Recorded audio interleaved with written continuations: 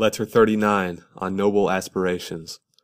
I shall indeed arrange for you, in careful order and narrow compass, the notes which you request. But consider whether you may not get more help from the customary method than from that which is now called a breviary, though in the good old days, when real Latin was spoken, it was called a summary. The former is more necessary to one who is learning a subject, the latter to one who knows it. For the one teaches, the other stirs the memory. But I shall give you abundant opportunity for both. A man like you should not ask me for this authority or that. He who furnishes a voucher for his statements argues himself unknown. I shall therefore write exactly what you wish, but I shall do it in my own way. Until then, you have many authors whose works will presumably keep your ideas sufficiently in order.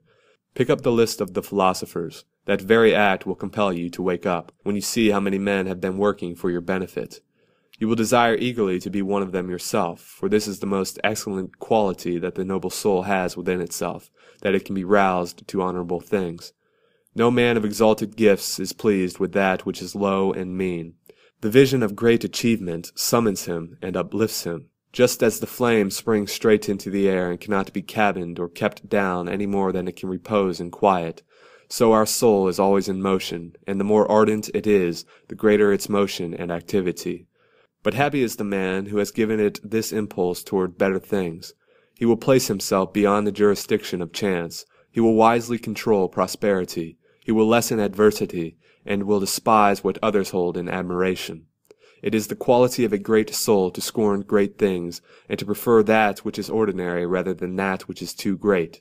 For the one condition is useful and life-giving, but the other does harm just because it is excessive. Similarly, too rich a soil makes the grain fall flat.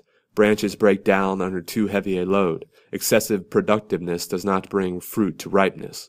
This is the case with the soul also, for it is ruined by uncontrolled prosperity, which is used not only to the detriment of others, but also to the detriment of itself. What enemy was ever so insolent to any opponent, as are their pleasures to certain men? The only excuse that we can allow for the incontinence and mad lust of these men is the fact that they suffer the evils which they have inflicted upon others, and they are rightly harassed by this madness, because desire must have unbounded space for its excursions if it transgresses nature's mean. For this has its bounds, but waywardness and the acts that spring from wilful lust are without boundaries. Utility measures our needs, but by what standard can you check the superfluous? It is for this reason that men sink themselves in pleasures, and they cannot do without them when once they have become accustomed to them, and for this reason they are most wretched, because they have reached such a pass that what was once superfluous to them has become indispensable. And so they are the slaves of their pleasures instead of enjoying them.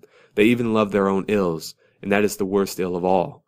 Then it is that the height of unhappiness is reached, when men are not only attracted, but even pleased by shameful things, and when there is no longer any room for a cure, now that those things which once were vices have become habits. Farewell.